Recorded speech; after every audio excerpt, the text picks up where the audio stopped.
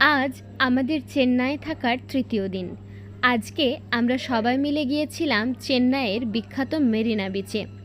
সেখানে আমি আমার কাকু আমার বাবা মা মিলে টোটো করে চলে গিয়েছিলাম সেই চেন্নাইয়ের মেরিনা বিচের উদ্দেশ্যে। রাস্তায় যেতে যেতে চেন্নাইয়ের রাস্তাঘাটের কিছু ক্লিপ আমি তুলে ধরলাম। অনেকটাই পথ আমরা আগে থেকেই টোটোর সাথে কথা বলে একটা ভাড়া নির্দিষ্ট করে সেখানে পৌঁছে গিয়েছিলাম এবং সেখানকার এত বড় একটা সিটি টাউনের রুলস রেগুলেশনস অসাধারণ, সেটা আর বলা অপেক্ষা রাখে না। এই যে আমরা পথে যেতে যেতে চারিদিকের শহরটা উপভোগ করছিলাম, অবশেষে আমরা পৌঁছে গেলাম চেন্নাইয়ের মেরিনা বিচে।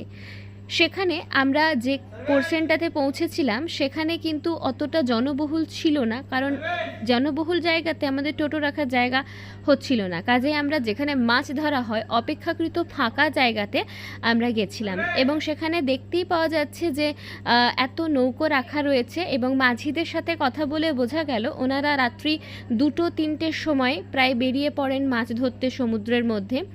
আর এই যে সমুদ্রের জায়গাটা দেখছো, এর ডান দিকটা হচ্ছে মালয়েশিয়া এবং বাম দিকটা হচ্ছে শ্রীলঙ্কা।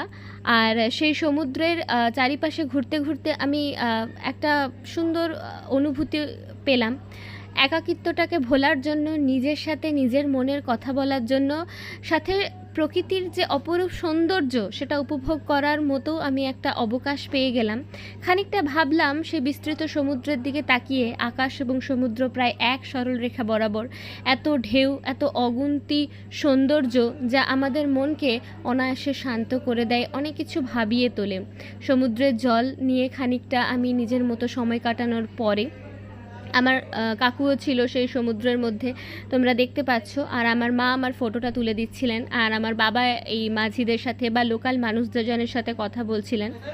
নিয়ে আমরা আস্তে আস্তে সমুদ্র থেকে বেরিয়ে আর কি যে টেম্পলের উদ্দেশ্যে গিয়েছিলাম সেখানে মন্দিরে আমরা গেলাম।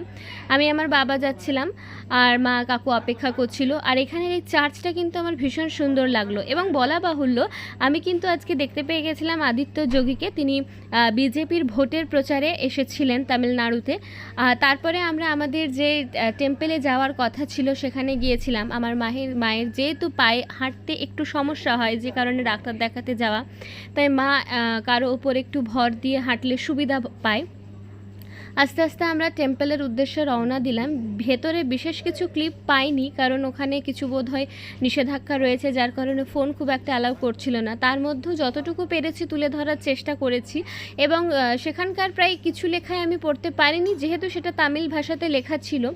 এবং বিনায়ক মন্দির, শিবজির মন্দির, অনেক কিছুই আমরা দেখলাম এবং সেখানে দেখতেই পাচ্ছ যে মন্দিরের ভেতরে বিভিন্ন পুলিশ গার্ড রয়েছে। আর সেখানকার মানুষদের ট্র্যাডিশন, মাথার মধ্যে ফুল গোঁজা, যেটা আমাকে খুব আপ্লুত করলো এবং ওদের একটা রুচিবোধকে আমার কাছে খুব সুন্দরভাবে তুলে ধরলো।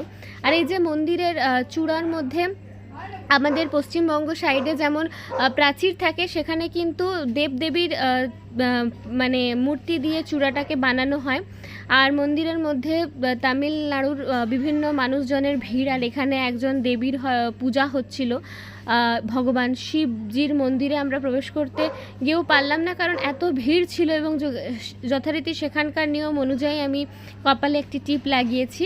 অবশেষে কিন্তু আমি টোটো করে আবার ফিরে আসছি আমাদের থাকার জায়গা হোটেলে, অর্থাৎ ক্রিমসন হোমে।